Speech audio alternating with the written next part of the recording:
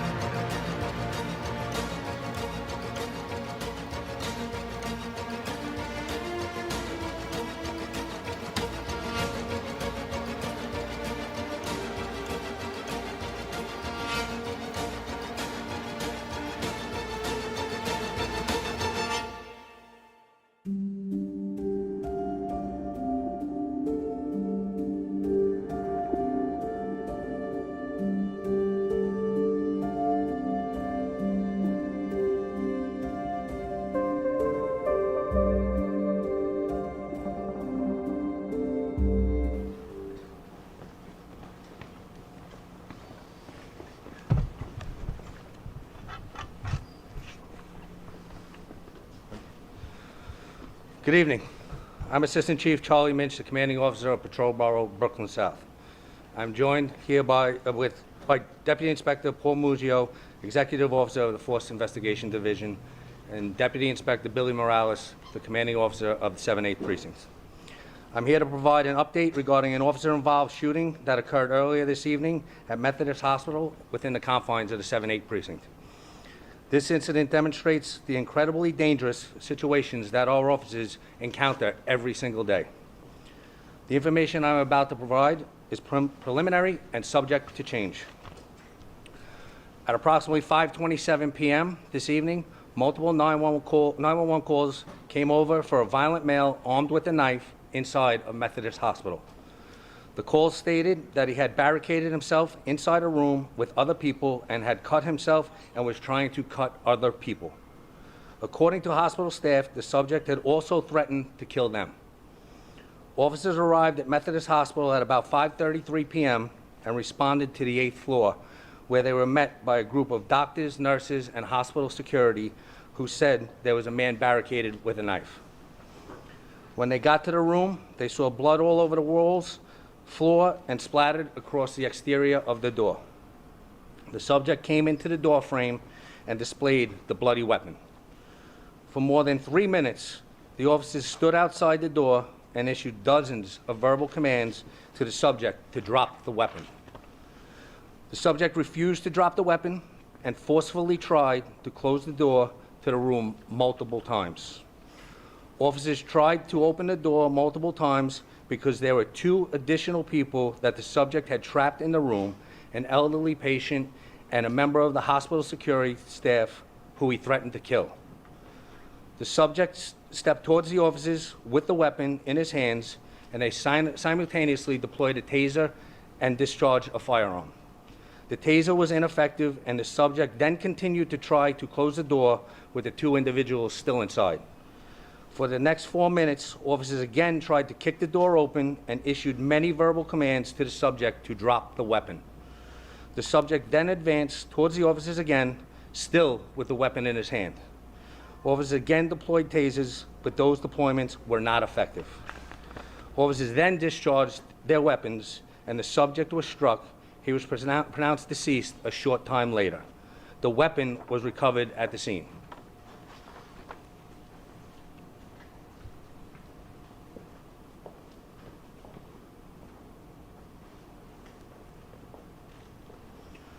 This entire incident was depicted on body-worn camera footage. This situation could have turned out very differently. An individual threatened to kill hospital staff, barricaded himself inside of a room with an elderly patient and a member of hospital security with a weapon. Every day our officers put on their uniforms. They never know what kind of dangerous situation they are going to encounter. That is the risk that every member of the NYPD faces every single day to keep this city safe. I'll now take a few questions. All right, folks, we're going to do on-topic questions about this incident. So NBC, please. Look at a picture of the weapon here. Is this a self-made weapon, or is this a knife? What exactly is it? That is still under investigation, and our Force Investigations Division will investigate that. Joe? Chief, was there any relationship between the perpetrator and the individual whom he barricaded himself with? Or At this time, we do not believe so. Any idea on how he got the weapon, and also how long he was a patient here at the hospital? He was a patient. Well, from what we know, he was admitted yesterday, and we do not know at this time how he got the weapon. And his condition, again, one more time? That is up to you. You have to speak to the hospital staff about that. Do one more question over here. This gentleman in the back. any indication that he was suffering from an emotional EDP? That is still all a part of FID's investigation. All right. Thank you, everyone. Appreciate it. Obviously, the firearms We're going to wrap discharged. over here. Do we know if We're going to wrap over here. anybody else If there's any follow-up questions, we can follow up with you. Thank you, everyone. Correct. was deceased? Yep, that was what was said. Thank you, everyone.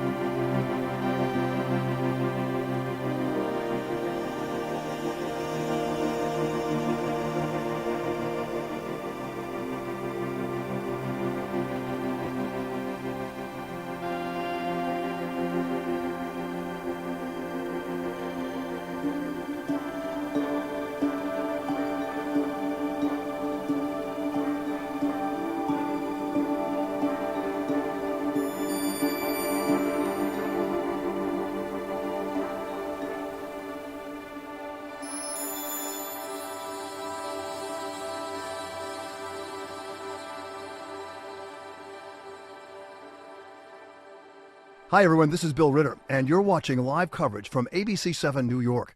We invite you to check in throughout the day on our website, streaming app, and social platforms for breaking news, up-to-the-minute headlines, and AccuWeather. And remember, you can always find us on Channel 7, your home for Eyewitness News.